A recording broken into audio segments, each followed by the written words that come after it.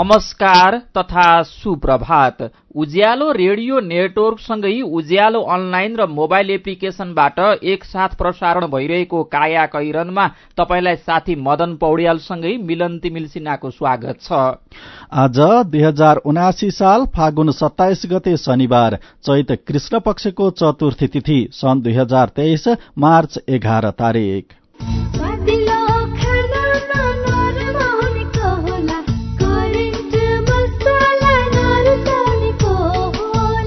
काया कैरनको साथमा करेन्ट मसला र करेन्ट चिया, स्वादको झट्का। काया कैरन सुरु गरौं मुख्य खबरका शीर्षकहरूबाट। तराई मधेस केन्द्रित दलहरूले जसपालाई उपराष्ट्रपति नदिन दबाव दिएपछि सत्ता गठबन्धनभित्र मतभेद, उपराष्ट्रपति चुनावमा महिलालाई प्राथमिकता दिने वा अनिवार्य गर्ने भन्नेमा आयोग नै अलमलमा। खोल्साको सुन भनिने अलैँची खेतीतर्फ किसानको आकर्षण घट्दै, नगदे बालीको न्यूनतम समर्थन मूल्य नतोकिँदा किसान मर्कामा। हिमाली जंगल पनि जलेर नष्ट हुँदै, सुक्खा बढ्नु र पशुपालन घट्नु डडेलोको मुख्य कारण। हिमाली जंगल जल्दा पारिस्थितिकीय प्रणाली नै खलबलिने चिन्ता। यो खरानी गएर हिउँमा पर्ने बित्तिकै हिउँ चाहिँ जुन पग्लिने क्रम हुन्छ त्यो चाहिँ एकदमै छिटो रूपमा पग्लिन्छ। महत्त्वपूर्ण जीवजन्तुहरू पनि त्यतै वासस्थान सारिरहेछन्। अब त्यहाँ पनि सुरक्षित नभएको देखिरहेछ।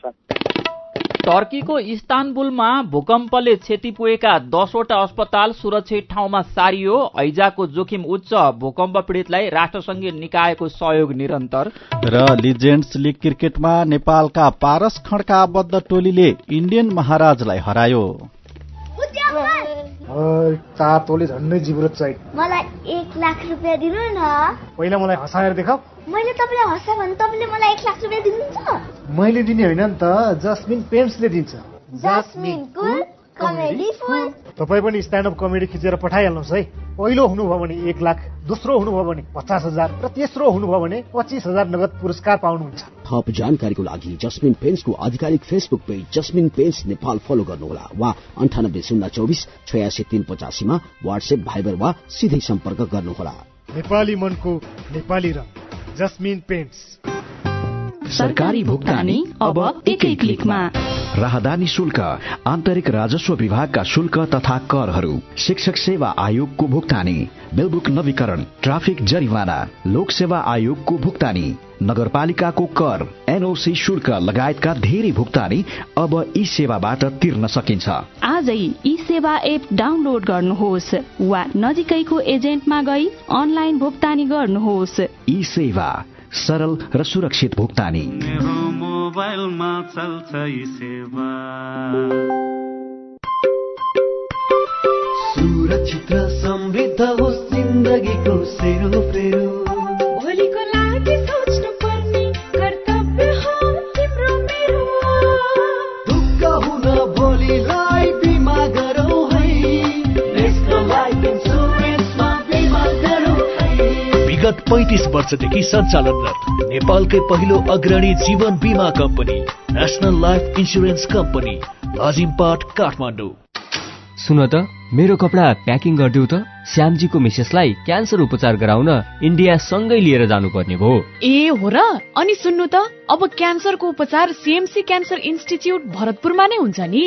नेपालमै पहिलो पटक अत्याधुनिक भेरिएन्ट ट्युबिम भएको 60 काउस र हाइपर आर्क लगायतका अत्याधुनिक उपकरण प्रयोग गरी मस्तिष्कमा रहेको ट्युमर, फोक्सोको क्यान्सर, स्तन क्यान्सर, घाँटी तथा टाउको सम्बन्धी क्यान्सर, पेट तथा कलेजो सम्बन्धी क्यान्सर, पाठेघरको मुख, गर्भाशय तथा मूत्राशय सम्बन्धी क्यान्सर तथा अन्य क्यान्सरहरूको उपचार हुन्छ। क्यान्सर भएको ठाउँको पहिचान गरी रेडिएसनको माध्यमबाट पूर्ण रूपमा निको हुने गरी पनि उपचार गरिन्छ। सरकारी अस्पतालकै सेवा शुल्कमा उपचार हुनुका साथै नेपाल सरकारबाट प्रदान गरिने क्यान्सर पीडितहरूका लागि 1 लाखसम्मको छुटको व्यवस्था पनि छ। ओहो, यस्तो सुविधा रहेछ। ल, अब क्यान्सर उपचार गराउन सीएमसी क्यान्सर इन्स्टिच्युटमा नै लिएर जान्छौँ। क्यान्सर विरुद्ध आशाको किरण, सीएमसी क्यान्सर इन्स्टिच्युट। फोन 056 594 333 594 333। काया कैरनमा अब खबरको सिलसिला। तराई मधेस केन्द्रित दलहरूले जनता समाजवादी पार्टीलाई उपराष्ट्रपति नदिन लबिङ थालेपछि शक्ति बाँडफाँडलाई लिएर 8 दलीय सत्ता गठबन्धनभित्र मतभेद देखिएको छ। लोसपा, जनमत र नागरिक उन्मुक्तिले जसपालाई उपराष्ट्रपति नदिन दबाव बढाएसँगै कांग्रेस र माओवादी नेताको पनि बोली फेरिएको छ। नयाँ समीकरण बन्ने बेला माघ 28 मा राष्ट्रपति कांग्रेस र उपराष्ट्रपति जसपालाई दिने समझदारी भएको थियो। कांग्रेस वरिष्ठ नेता रामचन्द्र पौडेल राष्ट्रपति निर्वाचित भएपछि भने जसपालाई उपराष्ट्रपति दिने बारे मतभेद देखिएको हो। जसपाले संसदीय दलका नेता राम सहाय प्रसाद यादवलाई उपराष्ट्रपति बनाउने निर्णय बिहीबारे गरिसकेको छ। जसपा अध्यक्ष उपेन्द्र यादवले 12-2 बाट निर्वाचित राम सहायलाई उपराष्ट्रपति बनाएर उपचुनाव मार्फत संसद प्रवेश गर्न चाहनु भएको छ। स्रोतका अनुसार यादवलाई संसद आउन रोक्ने रणनीति अन्तर्गत अहिले उपराष्ट्रपति जसपा बाहिरबाट खोज्ने प्रयास भएको आजको कान्तिपुर दैनिकले छापेको छ।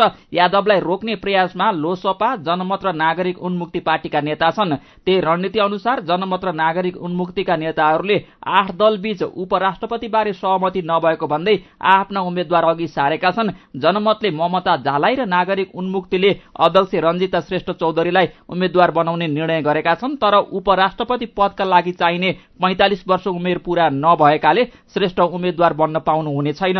जसपा अध्यक्ष यादव उपराष्ट्रपतिमा राम सहायकै उम्मेद्वारी दर्ता हुने बताउनुहुन्छ। कांग्रेस र माओवादी नेताहरू उपराष्ट्रपति सहित मन्त्रालय भागवण्डा प्याकेजमा गर्ने दाउमा छन्। उपराष्ट्रपतिका लागि आज मनोनयन र चैत 3 मा निर्वाचन गर्ने कार्यतालिका छ। यसैबीच उपराष्ट्रपति चुनावमा महिलालाई प्राथमिकता दिने वा अनिवार्य गर्ने भन्नेमा निर्वाचन आयोग नै अलमलमा परेको छ।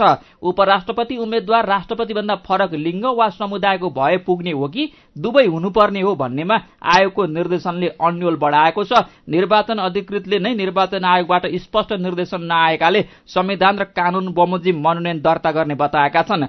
आयोगको भाषाले अस्पष्ट भएको भन्दै प्रतिक्रिया आएपछि प्रमुख निर्वाचन आयुक्त दिनेश कुमार थपलियाले संविधान र ऐन अनुसार आयोगले निर्णय गरेको दावी गर्नुभयो। अहिले पुरुष व्यक्ति राष्ट्रपति चयन भएकाले लिङ्गका हिसाबले यो भन्दा फरक लिङ्गको उम्मेद्वार हुनुपर्छ। त्यस्तै समुदायको हिसाबले राष्ट्रपतिमा खसार्य समुदायबाट निर्वाचित हुनुभएकाले यो भन्दा फरक समुदायको हुनुपर्छ भन्ने आयोगको निर्णय रहेको थपलियाले बताउनु भएको छ। सर्वोच्च अदालतले प्रधानमन्त्री तथा माओवादी केन्द्रका अध्यक्ष पुष्पकमल दाहाल प्रचण्ड विरूद्ध परेको रिटमा कारण देखाउ आदेश जारी गरेको छ। न्यायाधीश ईश्वर खतिवड़ाको एकल इजलासले 15 दिनभित्र आफै उपस्थित भएर वा प्रतिनिधि मार्फत लिखित जवाब दिन हिजो आदेश दिएको हो। संक्रमणकालीन न्याय प्रक्रिया लामो समयसम्म टुङ्गो नलागेको भन्ने विषयको उठान गरी न्याय र परिपूरण सम्बन्धी कानूनी उपचारका सन्दर्भमा प्रस्तुत रिट निवेदन पर्न आएको कुरा निवेदक बेहोराबाट देखियो। तसर्थ यसमा के कसो भएको हो, निवेदकको माग बमोजिमको आदेश किन जारी हुनु नपर्ने हो, माग बमोजिमको आदेश जारी हुनु नपर्ने भए सोको आधार र कारणसहित लिखित जवाब पेश गर्न आदेशमा भनिएको छ। निवेदक ज्ञानेन्द्र राज आरण लगायतले द्वन्द्वकालमा भएका हत्याका विषयमा माओवादी अध्यक्ष प्रचण्डलाई जिम्मेवार रहेको आरोप लगाउँदै सर्वोच्च अदालतमा रिट दायर गरेका थिए। तर आरणको माग बमोजिम अन्तरिम आदेश भने जारी भएको छैन। हिजोको इजलासले मुद्दालाई अग्राधिकार दिन भनेको छ। त्रिभुवन विश्वविद्यालय अन्तर्गत स्वतन्त्र विद्यार्थी युनियन सोब्यू चुनावका लागि आज शनिबार देशभरका आंगिक र सामुदायिक क्याम्पसमा उम्मेद्वारी दर्ता हुँदैछ। उम्मेद्वारी दर्ताका लागि क्याम्पसहरूमा हिजो उत्साहजनक रूपमा मनोनयन पत्र वितरण भएको केन्द्रीय निर्वाचन समितिका सदस्य सचिव पशुपति अधिकारीले जानकारी दिनुभयो। यसपटक सोब्यू चुनाव प्रत्यक्ष र समानुपातिक दुवै प्रणाली अनुसार हुँदैछ। 14 वर्षपछि हुन लागेको सोब्यू चुनावका लागि समितिले आज 11 बजेदेखि 2 बजेसम्म नामावली दर्ताको समय छुट्याएको छ। उम्मेद्वार बन्न 28 वर्षीय उमेर हद लागू गरिएको छ। आज नै प्रत्यक्षतर्फ उम्मेद्वारहरूको नामावली सार्वजनिक गर्ने कार्यतालिका छ।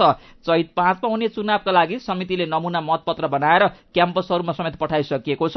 62 आंगिक क्याम्पसमा 1,62,000 मतदाता रहेको केन्द्रीय निर्वाचन समितिले जनाएको छ। काठमाडौँको त्रिचन्द्र बहुमुखी क्याम्पसले भने मतदाता सूची सार्वजनिक गर्न सकेको छैन। त्रिचन्द्रमा नेपाल विद्यार्थी संघले फर्जी विद्यार्थी भर्ना गरेको आरोपमा विवाद भइरहेको छ। चुनावमा काठमाडौँ उपत्यकाभित्रका 22 आंगिक क्याम्पसमाका 66,500 र उपत्यका बाहिरका 95,500 विद्यार्थी सहभागी हुँदैछन्। कायाकैरनमा रिपोर्टसँगै खबरहरू बाँकी नै छन्, सुन्दै गर्नुहोला। खुसी कसरी खुसी हुन्छ जब बने छैन कोही आफ्नो भन्दैमा आफ्नो हुन सम्पर्कमा बस्या खै सम्पर्कका लागि बलियो आधार नेपाल टेलिकम हो राष्ट्रकै सञ्चार सम्पर्कको आधार राष्ट्रको सञ्चार नेपाल टेलिकम राष्ट्रको सञ्चार नेपाल टेलिकम राष्ट्रको सञ्चार उमेर कम तिमी भन्दा बुद्धि चाहिँ धेरै डर छैन जे भए पनि बिमा छ मेरै रोग ब्याध लागिहाले हातमा पैसा छ त गोजी खाली भयो भने के पो गर्ने हो त पैसा त जहाँ पनि आफैले त तिर्नु पर्छ नि सुरुमा हैन र अरू ठाउँमा पर्ला सानीमामा पर्दैन आफ्नो लागि मात्र हैन नि सबै परिवारको लागि नेपालमै पहिलो पटक सानीमा बैंक प्रस्तुत गर्दछ फ्यामिली सुपर सेभिङ्स खाता जसमा आफ्नो सम्पूर्ण परिवारको अस्पताल भर्ना खर्च भुक्तानी गर्नै नपर्ने प्रत्येक सदस्यलाई रु 1 लाखसम्मको उपचार बिमा र रु 10 लाखसम्मको दुर्घटना बिमा मेड लाइफ र सिद्धार्थ इन्सुरेन्स लिमिटेडको सहकार्यमा बिमा सुविधा थप जानकारीका लागि नजिकैको शाखा वा 980119 मा सम्पर्क गर्नुहोला सानीमा बैंक सबल अनि विश्वसनीय बल्ल ढुक्क भयो अब छिमेक निर्धन उत्थान जीवन विकास लगायत 35 भन्दा बढी लघुवित्तहरूको किस्ता रकम सजिलै ई सेवाबाट तिर्न मिल्ने सुविधा आएछ यसका लागि मोबाइल वा वेबसाइटबाट ई सेवा लगइन गरी फाइनान्शियल सर्भिसेस अनि त्यसमा भएको माइक्रो फाइनान्स अप्सन छान्ने अनि आफूले ऋण लिएको माइक्रो फाइनान्सको नाम छनौट गरी आफ्नो सदस्यता नम्बर किस्ता रकम राख्ने र मोबाइल नम्बर राख्ने र प्रोसिडमा क्लिक गर्ने भएन त सजिलो अनि अर्को सुविधा चाहिँ 500 भन्दा बढी सहकारी संस्थामा ई सेवाबाट सजिलै रकम पनि जम्मा गर्न सकिन्छ मेरो मोबाइलमा चल्छ ई सेवा थोरै बचत धेरै कायदा बीमाका छन् फाइदै फाइदा सरकारी स्वामित्व र बीमाको क्षेत्रमा विश्वसनीय नाम राष्ट्रिय बीमा संस्थान जीवन बीमाका लागि आजै राष्ट्रिय बीमा संस्थान रामशाहपथ काठमाडौँ वा नजिकैको शाखामा सम्पर्क गरौं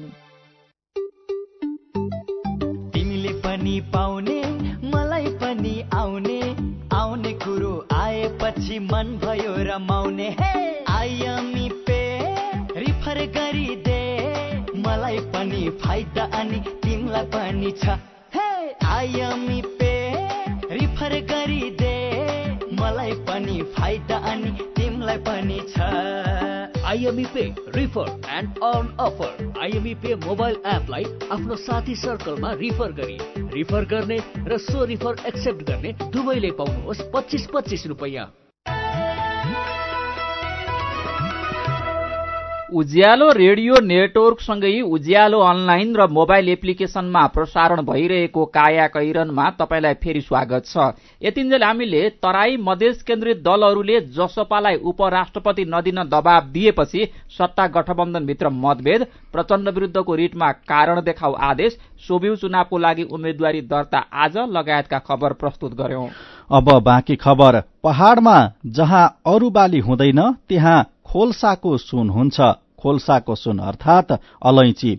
जब यसको खेतीको लहर शुरू भयो हतारिएकाले मनग्गी आमदानी लिए। देशका थुप्रै पहाड़ी जिल्लामा विस्तार हुँदै पश्चिमसम्म पुग्यो अलैंची खेती। झण्डै 1.5 दशकसम्म राम्रो आमदानी लिने पूर्वका पहाड़ी जिल्लाका किसानहरू अब बिस्तारै यो खेतीबाट विमुख हुँदै जान थालेका छन्। अरू अन्न नफल्ने भिरालो खोल्सा र पाखा भित्तामा पनि हुने अलैंची एक समय आमदानीको भरपर्दो स्रोत थियो। रोगव्याधिको प्रकोपले खेती फस्टाउन त छाड्यो नै, अन्तर्राष्ट्रिय बजारमै मूल्यमा भइरहने उतार चढावले आमदानीको आकर्षण पनि घट्यो। पाखा भित्ताहरूमा अरू बाली छाडेर पनि अलैंची लगाउने लहर नै चलिएको थियो। धेरै किसानले आफ्नो सबै जग्गामा लगाए, कतिपयले जग्गा भाडामा लिएर पनि खेती गरे। फस्टाउन छाड्नुलाई समाधानको बाटो खोज्न सकिन्थ्यो, तर भाउ नै अपेक्षित हुन छाडेपछि किसानमा अलैंची मोह घट्न थाल्यो। नेपालमा उत्पादन हुने अलैँचीको मुख्य बजार भारत हो। पूर्वी नेपालमा उत्पादित अलैँची झापाको बिर्तामोडबाट भारत हुँदै तेस्रो देश निर्यात हुने गरेको छ। किसान महासंघ 5 थरका अध्यक्ष गणेश पोखरेल भन्नुहुन्छ, किसानले आफ्नो अलैँचीको मूल्य आफै तोक्न पाउँदैनन्, व्यापारीले जति भन्यो त्यतिमै बिक्री गर्नुपर्छ। अलैँची जस्तै अदुवा र अमृसो जस्ता नगदे बालीको न्यूनतम समर्थन मूल्य नतोकिँदा किसानलाई सधैँ मर्का पर्ने गरेको उहाँ बताउनुहुन्छ। अलैँची व्यवसायीहरू यस्ता नगदे बालीको मूल्य अन्तर्राष्ट्रिय बजारबाटै निर्धारण भएर आउने गरेकोले नेपाली उत्पादकको गुनासो समेट्न नसकिएको टिप्पणी गर्छन्। अलैँचीको भावमा देखिएको गिरावटको सोझो असर पूर्वी पहाड़ी जिल्लाका हजारौं किसानको घरमा सोझै पर्ने गरेको देखिन्छ। अलैँची व्यवसाय महासंघका अनुसार 5 थर ताप्लेजुङ, इलाम, शंखुवासभा, सोलुखुम्बु, तेह्रथुम, धनकुटा, खोटाङ, भोजपुर, ओखलढुङ्गा र उदयपुरको 12,763 हेक्टरमा अलैँची खेती हुन्छ। सबैभन्दा धेरै पूर्वमा अलैँची उत्पादन ताप्लेजुङमा हुन्छ। कृषि विभागका अनुसार अहिले पूर्वका पहाड़ी जिल्लासँगै पश्चिमका लमजुङ, कास्की, दोलखा, काभ्रे, बागलुङ, अर्घाखाँची, सल्यान, जाजरकोट, धादिङ सहित 14 जिल्लामा रामसाई, गोलसाई, जिर्मले जातका अलैँची खेती भइरहेको छ। यसरी उत्पादित अलैँची मध्ये 98% भारत हुँदै विभिन्न देश पुग्छ। नेपालमा प्रशोधन र प्रयोग न्यून छन्। कृषि विभागका अनुसार नेपालमा अलैँची वार्षिक सरदर 7,000 टन फल्छ। अलैँची उत्पादनका मामिलामा विश्व बजारमा नेपालको बलियो उपस्थिति भए पनि सरकारी पहलको अभावमा किसानले सोझो फाइदा पाउन सकेका छैनन्। आकर्षण घटेको खोल्साको सुन शीर्षकको खबर कान्तिपुर दैनिकले छापेको छ। नेपालका हिमाली क्षेत्रमा डढेलोका घटना निकै बढ्न थालेको विज्ञहरू बताउँछन्। पहिले तराई र पहाड़को तुलनामा हिमाली क्षेत्रमा कम डढेलो लाग्थ्यो। ग्लोबल फरेस्ट फायरको अध्ययन अनुसार नेपाल, भारत र पाकिस्तानका हिमाली श्रृंखलामा पछिल्ला वर्ष डढेलोका घटना बढेका छन्। थप जानकारी सहित भोजेन्द्र बस्नेतको रिपोर्ट।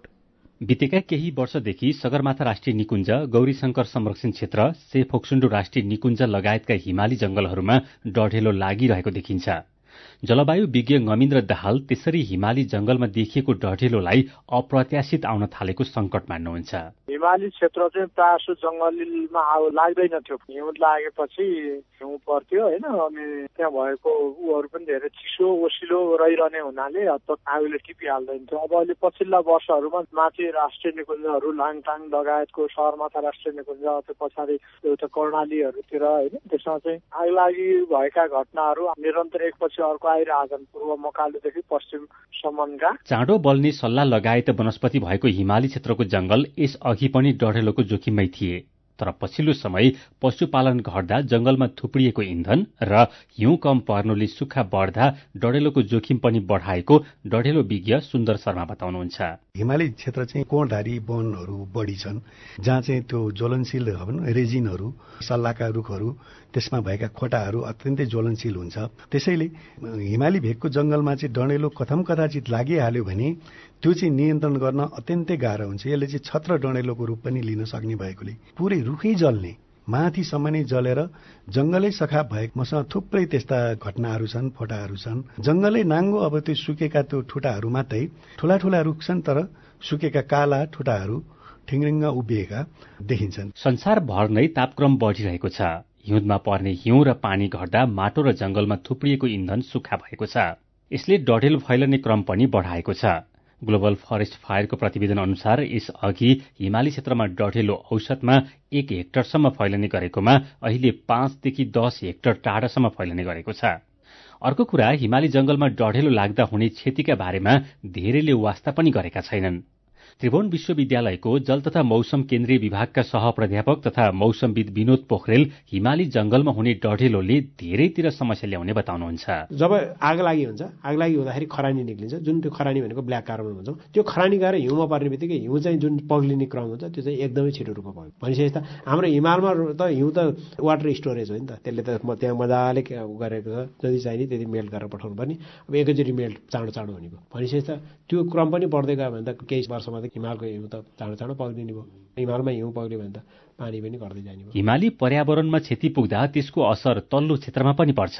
हिउँ पग्लिँदा पानीको स्रोतमै क्षति पुग्छ।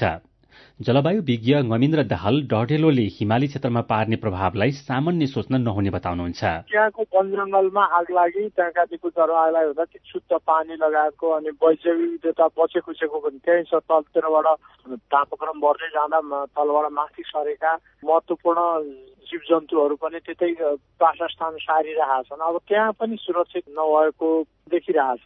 तापक्रम बढ्नु, हिउँ तथा हिउँदे वर्षा कम हुनु, सुक्खा हुनु, पशुपालन घट्नु, जंगलमा जल्ने वस्तु बढ्नु, संरक्षण क्षेत्रहरूमा स्थानीयको अपनत्व घट्दा चाँडो नियन्त्रणको पहल नहुनु लगायतका कारण हिमाली जंगलमा डढेलो बढ़िरहेको छ। सरकारी निकायबाट कम चासोमा परिरहेको हिमाली डढेलोलाई कम गर्ने प्रयासमा ढिलाइ गर्न नहुने विज्ञहरू बताउँछन्। कायाकैरनमा मेरो पनि भन्नु छ र कार्टुनसँगै खबरको सिलसिला बाँकी नै छ, सुन्दै गर्नुहोला। एचआईभी का बारेमा खुलेर कुरा गरौं। सँगै बस्दा, खाँदा, पढ्दा र सँगै खेल्दा कुनै कीरा वा लामखुट्टेले टोक्दा एचआईभी सर्दैन। हात मिलाउँदा, अंकमाल गर्दा तथा चुम्बन गर्दा, एउटै चर्पी प्रयोग गर्दा र अरूको लुगा लगाउँदा एचआईभी सर्दैन। समयमै उपचार गरेमा एचआईभी संक्रमित पनि स्वस्थ व्यक्ति सरह बाँच्न सक्छन्। त्यसैले नियमित औषधिको सेवन गरौं र स्वस्थ जीवन बाँचौं। एचआईभी को औषधि एआरभी हरेक सरकारी अस्पतालमा निशुल्क पाइन्छ। एचआईभी संक्रमितहरू अरू भन्दा भिन्न होइनन् भन्ने कुरा बुझौं र समान व्यवहार गरौं। एचआईभी संक्रमितहरूमाथि हुने भेदभावको अन्त्य गरौं। Nepal Youth Foundation, Bara plus, Lumbini plus र मकवानपुर महिला समूह।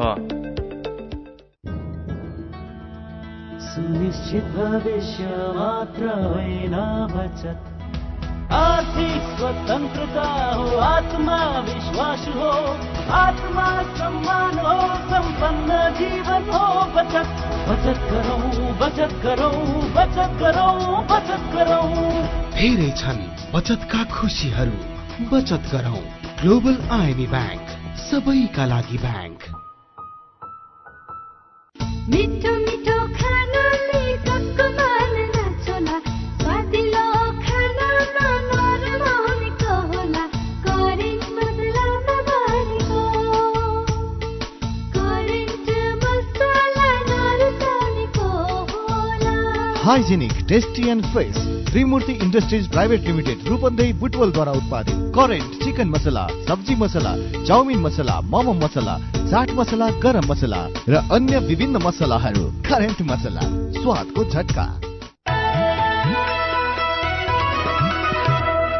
उज्यालो रेडियो नेटवर्क मार्फत देशभरिका विभिन्न एफएम स्टेशन तथा उज्यालो अनलाइन र मोबाइल एप्लिकेशनमा प्रसारण भइरहेको कायाकैरनमा तपाईलाई फेरि स्वागत छ।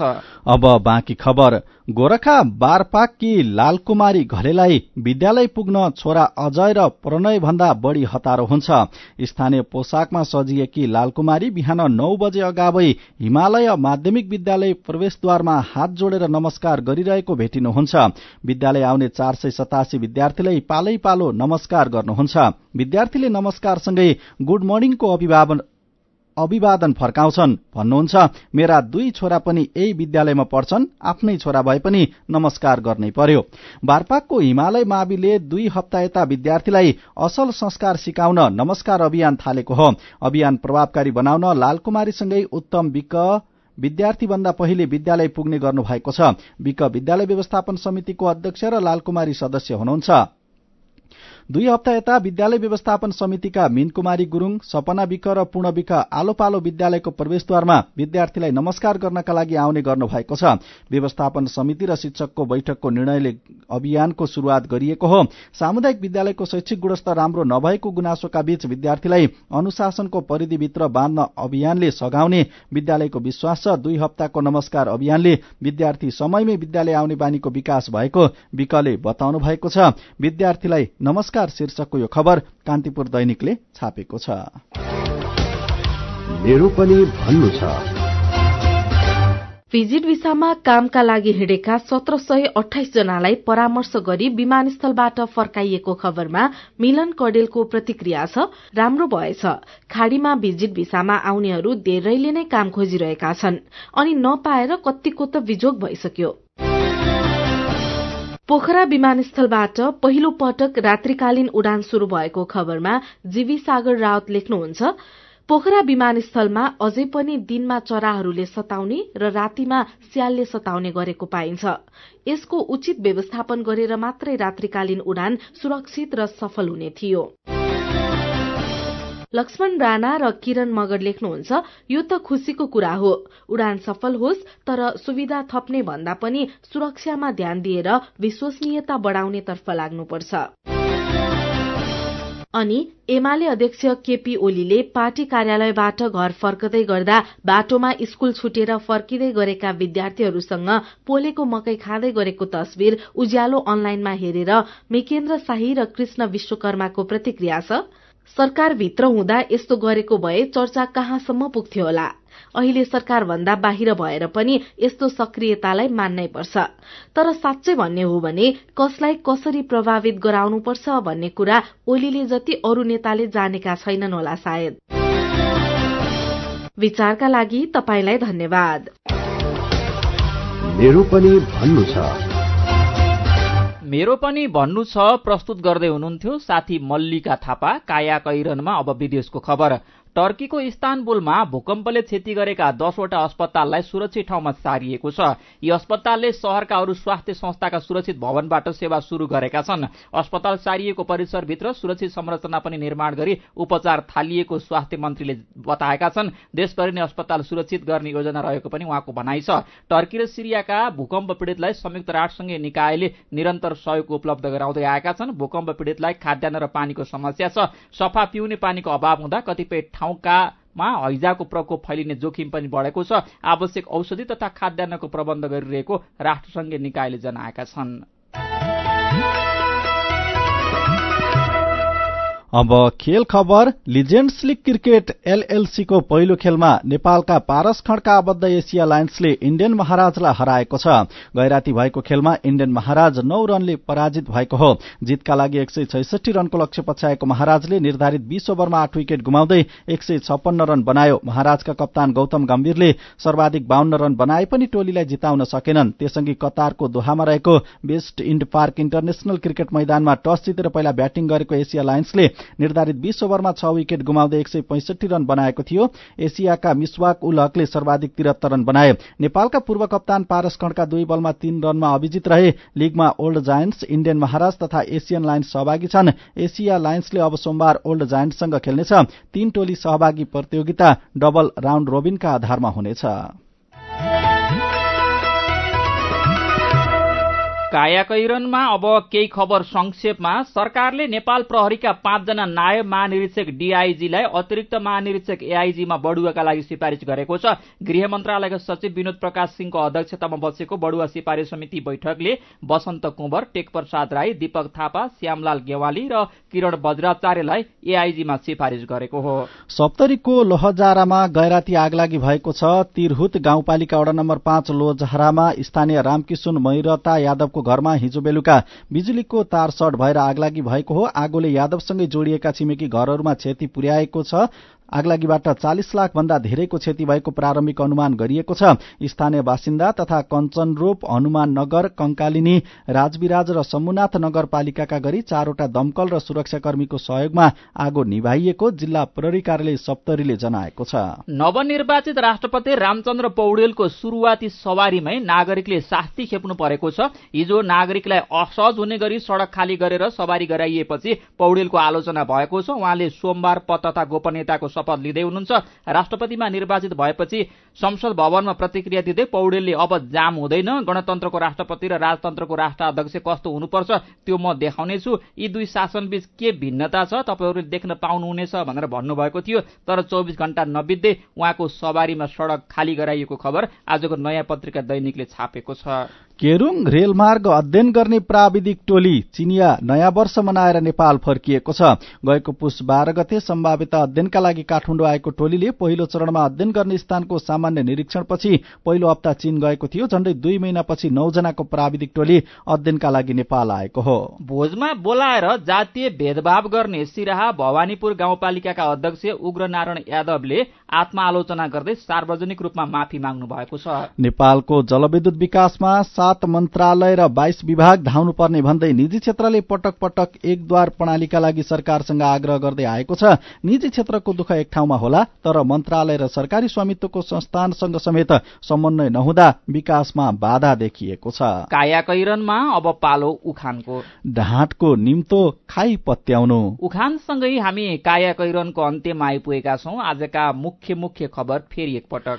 तराई मधेस केन्द्रित दलहरूले जसपालाई उपराष्ट्रपति नदिन दबाब दिएपछि सत्ता गठबन्धनभित्र मतभेद, उपराष्ट्रपति चुनावमा महिलालाई प्राथमिकता दिने वा अनिवार्य गर्ने भन्नेमा आयोग नै अलमलमा। खोल्साको सुन भनिने अलैँची खेतीतर्फ किसानको आकर्षण घट्दै नगदे बालीको न्यूनतम समर्थन मूल्य नतोकिँदा किसान मर्कामा। हिमाली जंगल पनि जलेर नष्ट हुँदै सुक्खा बढ्नु र पशुपालन घट्नु डडेलोको मुख्य कारण। हिमाली जंगल जल्दा पारिस्थितिकीय प्रणाली नै खलबलिने चिन्ता। टर्कीको इस्तानबुलमा भूकम्पले क्षति पुगेका 10 वटा अस्पताल सुरक्षित ठाउँमा सारियो। हैजाको जोखिम उच्च, भूकम्प पीडितलाई राष्ट्रसंघीय निकायको सहयोग निरन्तर। र लिजेन्ड्स लीग क्रिकेटमा नेपालका पारस खड्का आबद्ध टोलीले इन्डियन महाराजलाई हरायो। र अन्त्यमा आजको कार्टुन। आज हामीले अनुप गुरुङले बनाउनु भएको कार्टुन लिएका छौं। कार्टुनमा शेरबहादुर देउबा जस्तै देखिने मान्छेले रामचन्द्र पौडेल जस्तै देखिने मान्छेलाई बुइमा राखेर सकी नसकी हैँ गर्दै हिँड्दैछन्। अनि पौडेल जस्तै देखिने ती मान्छेलाई चिटिक्क परेको ठूलो कुर्सीमा बिसाएपछि देउबा जस्तै देखिने मान्छे भन्दैछन् बल्ल हाई सन्चो भयो। आजको कायाकैरन सकिएको छ। उज्यालो मोबाइल र अनलाइनमा प्रसारण भइरहेका रेडियो र अनलाइनका सामग्री भाइबरमा पनि उपलब्ध छन्। कायाकैरनबाट प्राविधिक साथी प्रवीण श्रेष्ठसँगै हामी पनि बिदा माग्छौं। घर बाहिर निस्कँदा मास्क लगाउन नबिर्सौं। नमस्कार।